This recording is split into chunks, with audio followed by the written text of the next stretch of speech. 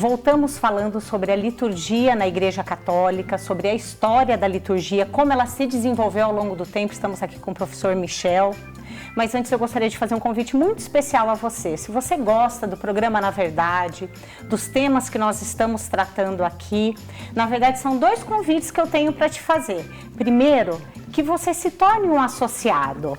A nossa TV se mantém com a tua ajuda, com a ajuda dos sócios que fazem essa TV acontecer, com os temas que são aqui tratados não só no Na Verdade, mas em todos os outros programas da casa. Nós precisamos da tua contribuição. Pense com carinho, escute o teu coração e venha ser um associado junto conosco.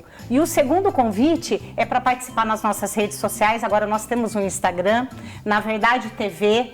Opine, coloque a sua participação. Qual outro tema você gostaria de ver aqui tratado no programa? Hoje, então, estamos tratando da liturgia, essa história da liturgia. E o professor Michel contava aqui para nós como que foi todo esse desenrolar desde Nosso Senhor, a época dos primeiros cristãos com os apóstolos, e paramos na antiguidade, né, professor? E aí nós lembramos do Concílio de Trento, que me parece que foi um divisor de águas aí, não é, professor? Foi. O Concílio de Trento, ele não é especificamente ele vai codificar o missal, sim, isso tem que ficar muito claro, que é o missal que vai ser usado durante 400 anos, mas antes dele, então se, por exemplo, Carlos Magno havia enviado os missais para os mosteiros vão guardar a liturgia. E aí vão começar a aparecer, por exemplo, na Idade Média, aqueles altares laterais nas igrejas, porque os padres, tem muito padre, e a concelebração no rito romano não existia. Então os padres celebravam várias missas ao mesmo tempo. Então cada um no altar lateral. Então as igrejas antigas ainda mantêm, não é, esses altares laterais. O Concílio de Trento, ele tem uma característica muito clara, que é o quê? Nós estamos vivendo o período do Renascimento e especialmente o período da Revolução Protestante. E o grande dogma atacado pelos protestantes nesse momento é o dogma da Eucaristia. Então o Concílio de Trento, ele precisa, antes de mais nada, esclarecer o que é o culto católico. Então ele tem que fazer essa purificação, o que é o culto católico, e ao mesmo tempo guardar o grande tesouro que é a Eucaristia. Então, por exemplo, o Concílio de Trento vai me pedir, e vocês já vão entender porque eu estou dando esse exemplo, que haja um altar e que nesse altar esteja uma cruz com 3 castiçais com velas de cada lado. Pode parecer algo muito simples, não é? Então algo que apenas o concílio quis, mas não é. Porque nós estamos falando dos 7 sacramentos. Então é Cristo no centro, e do lado as velas indicando os outros 6 sacramentos. Então é a Eucaristia e os outros 6 sacramentos. São 3 velas de cada lado. 3 velas de cada lado no altar sacrário, com Cristo no centro, não é? E o Concílio de Trento, ele vai descer algumas das mais importantes informações que nós temos, até, como eu disse, o missal do Concílio de Trento foi usado durante 400 anos. Os franciscanos já utilizavam o missal romano, antes mesmo do Concílio de Trento, porque a missa ela é muito prática de ser celebrada. Então, já se havia, durante toda a Europa, mais ou menos aí, onde havia franciscanos, celebrava-se o rito romano propriamente na cidade de Roma. O Concílio de Trento falou assim, olha, primeira coisa, ritos com menos de 200 anos de uso, abolido. Então, vários ritos locais são abolidos. Essa é a primeira questão. A segunda questão é, a missa, ela vai ser celebrada assim. Então, é o primeiro missal verdadeiramente que nós conhecemos, com todas as rubricas, com todas as suas preciosidades e preciosismos, que vai acabar se desenvolvendo durante 400 anos.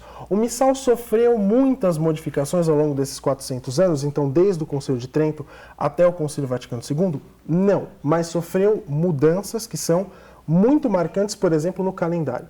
O calendário litúrgico é algo que é muito simples de ser mexido, porque basta o Papa dizer assim, olha, a gente tira essa festa de ser universal e coloca essa outra no lugar.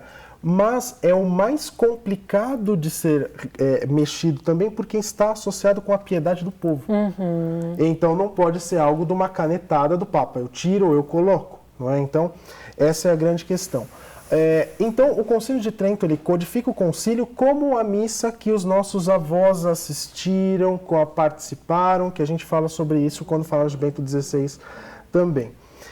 E ele codifica a missa, essa missa celebrada em latim, mas com, por exemplo, a obrigatoriedade de homilia, e o padre não vai pregar em latim, ele tem que pregar na língua do povo. Sim. Né?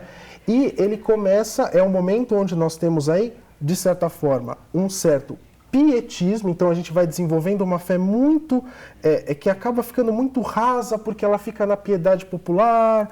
Alguns apenas rezavam o terço, outros faziam outros exercícios. Era dada a comunhão fora da missa, então às vezes a pessoa comungava fora da missa e ficava para a próxima missa para participar da missa. Como comunhão fora da missa? Ao término no rito da missa não acontecia a comunhão. Acontecia, só que alguns fiéis comungavam fora da missa, literalmente acabava a missa, o padre distribuía a comunhão para algumas pessoas que queriam, e a pessoa ficava para a próxima missa para fazer ação de graças. Então elas não participavam da Santa Missa como uma ação mesmo. Então eles ficavam alheios, né? Então essa é a grande questão. E na França havia um movimento que estava influenciando o mundo todo, que era o galicanismo. O galicanismo é um movimento muito complicado que começa a falar sobre a questão de, olha, você tem que adaptar a língua, você tem que fazer umas adaptações da liturgia, e a França é o momento da Revolução Francesa, é o momento de Napoleão, e a igreja fica perdida, de certa forma, nessa situação, até que vai aparecer uma figura,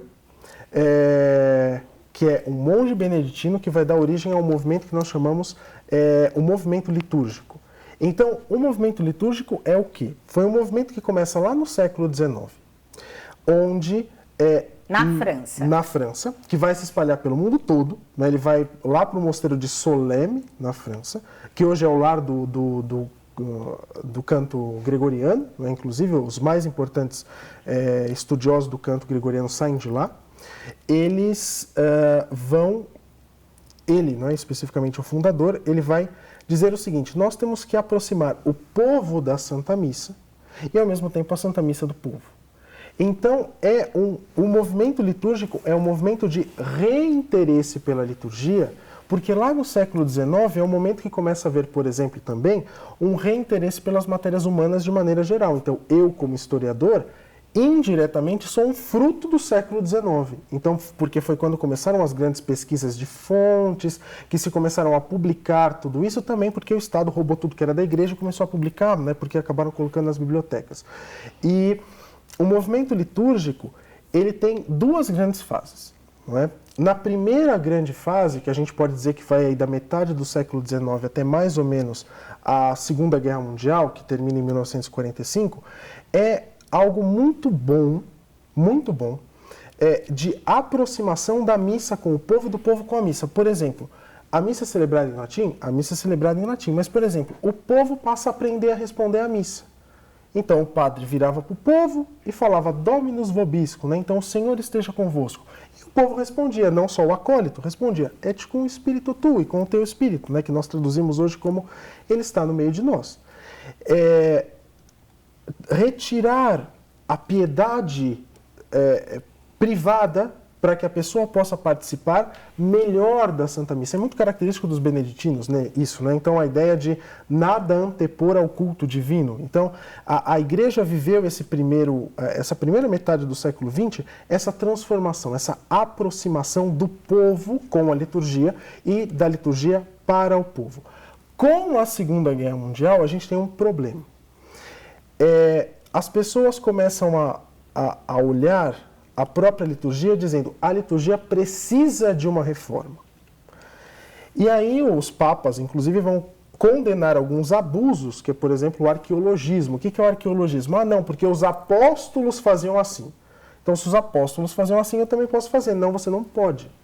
Porque a igreja tem um rito que precisa ser seguido. Então, não vai inventar aqui da sua cabeça. Aqui em São Paulo, né, especificamente, nessa época, especialmente aí depois da Segunda Guerra Mundial, eles separavam as igrejas, entre aspas, né? Então você tinha as igrejas dos padres mais tradicionais, como a Catedral da Sé e tudo mais, e algumas outras igrejas que os tradicionais chamavam de Igreja do Peixinho, porque eles tinham substituído a cruz pelo símbolo do peixe nos altares, não é? Então havia essa situação. Até só fazendo um parênteses, eu me lembrei de um livro de Dom Atanásio Schneider, e ele fala para essas pessoas que falam, mas lá na igreja primitiva, ele fala, você vai jogar fora tudo que a igreja aprofundou de entendimento do que é a Eucaristia, porque é isso que a gente está conversando no programa, né? Com a história, a igreja lá vai com os concílios, com os doutores da igreja, os santos, vai cada vez mais compreendendo o valor que é a Eucaristia. Se chegou nisso, tem um motivo. Exatamente. Não foi por um acaso, não né? Não foi da cabeça de um. Você não Isso pode desprezar tudo, né? Exatamente. Esse segundo movimento, a segunda parte do movimento litúrgico, ele vai partir da ideia que o rito romano estragou. Então nós temos um livro, por exemplo, que é o livro Missarum Solene, que foi traduzido, deve fazer uns anos aqui, para o Brasil, de um grande padre jesuíta, que é o Jungmann, que é muito bom para você ler como se desenvolveu a missa do rito romano. Só que ele vai dizer, na Idade Média o rito foi estragado. E a gente está celebrando um rito que precisa de reformas. O Concílio Vaticano II, chamado por São João XXIII, ele pressupunha que se ia chegar lá e que haveria alguma coisa, alguma transformação, algum documento que falasse sobre a liturgia. Já havia acontecido algumas transformações. Por exemplo, o Papa São Pio X havia, entre outras coisas, mudado a forma que os padres rezam a liturgia das horas. Então é um culto que o próprio padre dá a Deus de forma privada, não é? Então rezando o breviário. Depois nós temos Pio XII, não é, permitindo, por exemplo, que os sacramentos fossem celebrados no vernáculo, então fossem celebrados na língua do povo. Conjuntamente, por exemplo, com a reforma da Semana Santa. E a reforma da Semana Santa é algo fantástico, porque, por exemplo, não existiam missas no período da tarde. A missa podia ser celebrada até 1h da tarde, não podia ser celebrada depois. Então, do momento que nasce o sol até mais ou menos 1h da tarde. Só que, por exemplo, a Vigília Pascal, ela vai ser celebrada no sábado de manhã? Era o que se celebrava anteriormente. Então, Papa Pio XII restaurou o horário. Isso ele teve que mudar todo o Código de Direito Canônico, dizendo, por exemplo, que a pessoa que ficava da meia-noite esperando para comungar, o jejum eucarístico da meia-noite até a comunhão, fosse diminuído para 3 horas. Então, houve toda já uma transformação que, de certa forma, acaba caindo no Concílio Vaticano II. O Concílio Vaticano II, o primeiro documento do concílio é a Sacrosantum Concilium, que é uma constituição sobre a liturgia, que vai beber em tudo aquilo que os santos padres disseram anteriormente. Por exemplo, qual que é o outro grande documento anterior a ela? Mediator Dei de Pio XII, dentro da liturgia. O Concílio Vaticano II, ele vai colocar a centralidade da Santa Missa, então ele vai dizer assim, a Santa Missa é a fonte e o ápice da vida cristã. Então é a fonte, porque é de lá que saem as graças. E é o ápice, porque é de lá onde terminam todas a nossa vida termina, a nossa vida tem sentido na Santa Missa. A liturgia ela tem essa característica de dar sentido à nossa existência.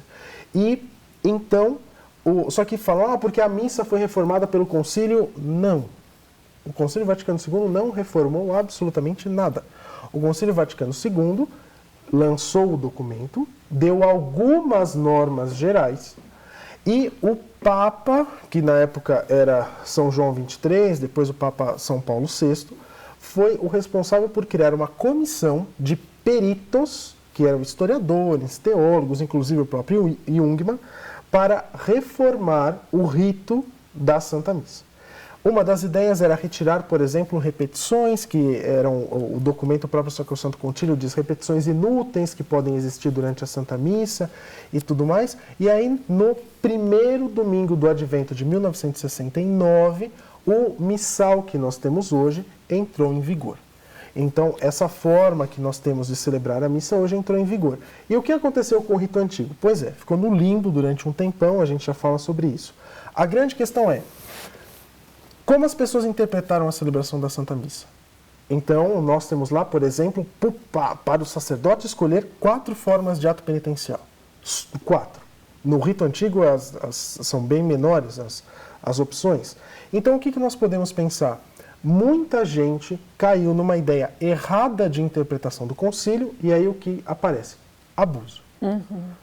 Não é que o rito está errado, muito pelo contrário, é impossível, é teologicamente impossível que um papa promulgue alguma coisa que seja contrário à fé, algo que conduza a pessoa à perdição. É impossível que isso aconteça. Então tem algumas pessoas que falam isso, mas advogam acreditando que Nosso Senhor deve ter abandonado a igreja em algum momento. Porque isso está errado. Só que o que aconteceu? Existem abusos? Existem. O que a igreja fez? Durante muito tempo, então, especialmente aí nessas últimas décadas do século XX, a igreja ela foi acertando, de certa forma, arestando o rito que nós temos hoje. Então, por exemplo, eu tenho 35 anos, eu me lembro que quando eu tinha 15, todo mundo rezava por Cristo. Estendia a mão, rezava por Cristo. Desde 1969 está escrito lá que é só o padre que faz. Mas as pessoas faziam. Não é? E o que aconteceu? Não se faz mais. Então, devagar as coisas vão entrando nos eixos. Então, a missa que nós temos hoje, ela foi, de certa forma, uma simplificação da missa que havia sido celebrada até então, totalmente em vernáculo, com várias opções. Nisso, o padre tem que ter um domínio muito grande dos livros. Então, isso também é muito importante. O padre ele tem que conhecer profundamente os livros que ele celebra, com que ele celebra, seja a Santa Missa, sejam os sacramentos. E não havia no Brasil material de base até que eu acabei lançando a série Entrei no Altar de Deus, que ele é, entre outras coisas, também uma série que trata da liturgia parte a parte do que pede a igreja. Então, eu não inventei nada, tudo aquilo são documentos da igreja transformado em forma de cerimonial. Os últimos grandes documentos que nós temos, não é, sobre a liturgia é a própria Redemptionis Sacramentum, que é uma instrução do início, do fim da década de 90, do começo dos anos 2000, que fala um pouquinho sobre a questão dos abusos, não é, e tudo mais, e que vai tentando arestar devagar as coisas, não é, conforme os problemas vão surgindo. Mas eu acho que o grande marco que nós temos nesse momento é o pontificado do Papa Bento XVI. Não é? Então, Bento XVI foi um perito do Concílio Vaticano II. Então ele esteve no Concílio Vaticano II. E ele sabia, inclusive ele escreve isso, que tudo aquilo que era sagrado para as gerações anteriores não pode ser automaticamente pegado e jogado no lixo. Então o que era sagrado se mantém sagrado. Então uma das funções do pontificado de Bento XVI foi ensinar, catequizar pela liturgia. Então, as liturgias, eu não estou falando das liturgias do Papa Francisco, porque é uma continuação da liturgia do Papa Bento XVI. Não é? Só que o Papa Francisco, ele vai falar assim, agora que vocês aprenderam a celebrar a missa, agora vocês vão para a rua, que vocês têm que ter cheiro de ovelha. Não adianta ficar preso dentro da sua sacristia. Não é? Então, isso é fantástico do Papa Francisco, ele é um grande missionário, isso é muito, muito importante. O documento que foi lançado agora, 2 dias atrás, sobre a igreja missionária, paróquia missionária, paróquia em conversão. E o Papa Bento XVI, ele veio sanar, então, o problema daquelas pessoas que ficavam ligadas, por exemplo, à forma antiga, né, do rito romano, e que gostavam daquela celebração, e ele acaba resolvendo essa situação dizendo, hoje, o rito romano tem 2 formas. Então, é o único rito que oficialmente tem 2 formas. Uma forma ordinária, celebrada todos os dias na nossa paróquia, segundo os livros de 1969, que são os livros que nós temos hoje, não é? Celebrado em português, pode ser celebrado em latim, claro, não há problema nenhum, mas, de maneira geral, celebrado em português. E do outro lado, você tem também a forma extraordinária do rito romano, que todo padre do rito romano pode celebrar, que é a forma com que São João XXIII celebrava. Então, são os livros de 1962, os livros anteriores ao concílio. As liturgias de Bento XVI, ele nunca celebrou, pelo menos publicamente, o que nós podemos chamar da missa na forma extraordinária do rito romano. Então nós não vimos isso.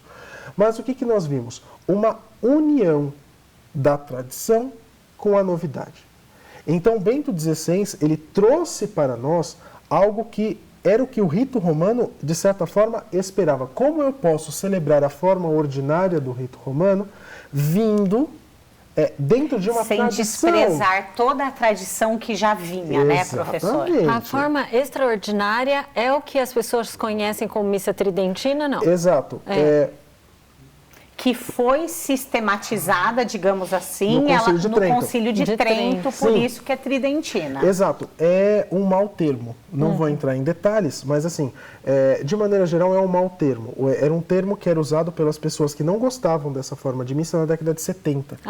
Então, é complicado se falar de missa tridentina especificamente. Tá. Por isso que é melhor a gente usar o termo forma extraordinária. Que foi o que o Papa falou. Exato, que ele sistematizou essa questão.